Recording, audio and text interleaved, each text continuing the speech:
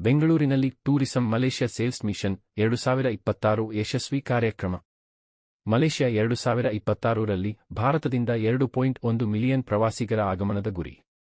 ಬೆಂಗಳೂರು ಭಾರತ ಈ ಮಲೇಷ್ಯಾ ಪ್ರವಾಸೋದ್ಯಮ ವತಿಯಿಂದ ಬೆಂಗಳೂರಿನಲ್ಲಿ ಫೆ 13ರಂದು ಶಾಂಗ್ರಿಲಾದಲ್ಲಿ Malaysian association of tour and travel agents MATTA ಸಹಭಾಗಿತ್ವದಲ್ಲಿ ಸೇಲ್ಸ್ ಮಿಷನ್ 2026 ಕಾರ್ಯಕ್ರಮ ಯಶಸ್ವಿಯಾಗಿ ನಡೆಯಿತು.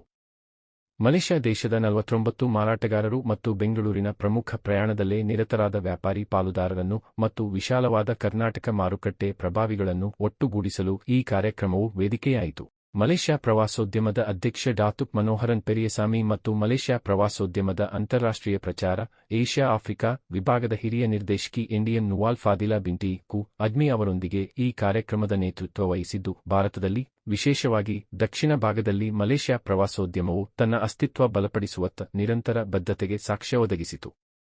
ಮಲೇಷ್ಯಾದ ಪ್ರಮುಖ ಮೂಲ ಮಾರುಕಟ್ಟೆಗಳಲ್ಲಿ ಭಾರತ ಒಂದು ಭಾಗವಾಗಿದೆ. 2025ರಲ್ಲಿ 565,194 ಪ್ರವಾಸಿಗರ ಆಗಮಿಸಿದ್ದು, 2024ರಲ್ಲಿ 365,387ಕ್ಕೆ ಹೋಲಿಸಿದರೆ ಇದು 14.6% ಹೆಚ್ಚಳವಾಗಿದೆ. ವಿಸಿಟ್ ಮಲೇಷ್ಯಾ ವರ್ಷ 2026 2026ಗೆ ಅನುಗುಣವಾಗಿ ಮಲೇಷ್ಯಾ ಪ್ರವಾಸೋದ್ಯಮವು ಭಾರತದಿಂದ 2.1 ಮಿಲಿಯನ್ ಪ್ರವಾಸಿಗ ಆಗಮನವನ್ನು ನಿರೀಕ್ಷಿಸುತ್ತಿದೆ. 14 ಭಾರತೀಯ ನಗರಗಳಿಂದ ವಾರಕ್ಕೆ 47,399 ಆಸನಗಳುಳ್ಳ 238 ನೇರ ವಿಮಾನಗಳು ಈ ಪ್ರವಾಸೋದ್ಯಮ ಕೊಂಡಿಗೆ ಬಲ ತುಂಬಿದ್ದು, ಎರಡೂ ದೇಶಗಳ ನಡುವಿನ ವಿಮಾನ ಸಂಪರ್ಕವನ್ನು ಬೆಂಬಲಿಸುತ್ತಿವೆ. ಇದರಲ್ಲಿ ದಕ್ಷಿಣ ಭಾರತವು ಪ್ರಮುಖ ಪಾತ್ರ ವಹಿಸುತ್ತಿದೆ. 29,541 ಆಸನಗಳುಳ್ಳ 151 ವಾರದ ನೇರ ವಿಮಾನಗಳು ಈ ನಿಟ್ಟಿನಲ್ಲಿ ತಮ್ಮ ಕೊಡುಗೆ ನೀಡುತ್ತಿದೆ. ಈ ಸೌಲಭ್ಯವು ಬೆಳವಣಿಗೆಯು ಭಾರತೀಯ ಪ್ರಯಾಣಿಕರಿಗೆ ಮಲೇಷ್ಯಾ ಪ್ರಯಾಣವನ್ನು ಹೆಚ್ಚು ಅನುಕೂಲಕರವಾಗಿಸುತ್ತದೆ.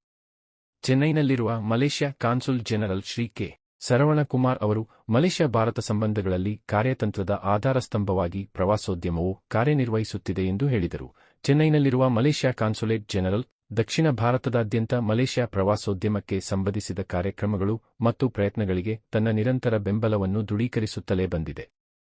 ಭಾರತದಿಂದ ಮಲೇಷ್ಯಾಕ್ಕೆ ಆಗಮಿಸುವವರ ಸಂಖ್ಯೆ ಮತ್ತಷ್ಟು ಹೆಚ್ಚಲು ಕಾನ್ಸುಲೇಟ್ ಜನರಲ್ ಉದ್ಯಮ ಪಾಲುದಾರಿಕೆಗಳು, ಪ್ರಚಾರ ಉಪಕ್ರಮಗಳು ಮತ್ತು ಪಾಲುದಾರರ ತೊಡಗಿಸಿಕೊಳ್ಳುವಿಕೆಯನ್ನು ಸಕ್ರಿಯವಾಗಿ ಸುಗಮಗೊಳಿಸುತ್ತಿದೆ. ಈ ಸಂಘಟಿತ ಪ್ರಯತ್ನಗಳು ಗಮ್ಯಸ್ಥಾನ ಕೂತಾದ ಜಾಗೃತಿಯನ್ನು ಹೆಚ್ಚಿಸುವುದು, ಪ್ರವಾಸೋದ್ಯಮ ಹಾಗೂ ವ್ಯಾಪಾರ ಸಂಪರ್ಕಗಳನ್ನು ಬಲಪಡಿಸುವುದು ಮತ್ತು ದ್ವಿಪಕ್ಷೀಯ ಸಹಕಾರವನ್ನು ವಿಸ್ತರಿಸುವ ಗುರಿಯನ್ನು ಹೊಂದಿವೆ. ಜನರಿಂದ ಜನರಿಗೆ ಸಂಪರ್ಕಗಳನ್ನು ಬಲಪಡಿಸುವಲ್ಲಿ, ಪ್ರವಾಸೋದ್ಯಮ ವ್ಯವಹಾರ ಸಹಯೋಗ ಉತ್ತೇಜಿಸುವಲ್ಲಿ ಮತ್ತು ಮಲೇಷ್ಯಾ ಮತ್ತು ಭಾರತದ ನಡುವಿನ ಸಾಂಸ್ಕೃತಿಕ ಮತ್ತು ಪ್ರಯಾಣ ವಿನಿಮಯವನ್ನು ಗಾಢವಾಗಿಸುವಲ್ಲಿ ಪ್ರವಾಸೋದ್ಯಮ ಪ್ರಚಾರ ಕುರಿತಾದ ವ್ಯವಹಾರಗಳು ಮತ್ತು ಕೈಗಾರಿಕಾ ಜಾಲ ವೇದಿಕೆಗಳಂತಹ ಕಾರ್ಯಕ್ರಮಗಳು ಪ್ರಮುಖ ಪಾತ್ರ ವಹಿಸುತ್ತವೆ. ಈ ಉಪಕ್ರಮಗಳು ಮಲೇಷ್ಯಾಕ್ಕೆ ಭೇಟಿ ನೀಡುವ ವರ್ಷ 2026ರ ಬೆಂಬಲಿತ ಭಾಗವಾಗಿದೆ. ಇದರಿಂದಾಗಿ ಮಲೇಷ್ಯಾವನ್ನು ಭಾರತೀಯ ಪ್ರಯಾಣಿಕರಿಗೆ ಆದ್ಯತೆಯ ಮತ್ತು ಪ್ರವೇಶಿಸಬಹುದಾದ ತಾಣದ ಸ್ಥಾನಮಾನ ನೀಡಲು ಪ್ರಯತ್ನಿಸುತ್ತದೆ.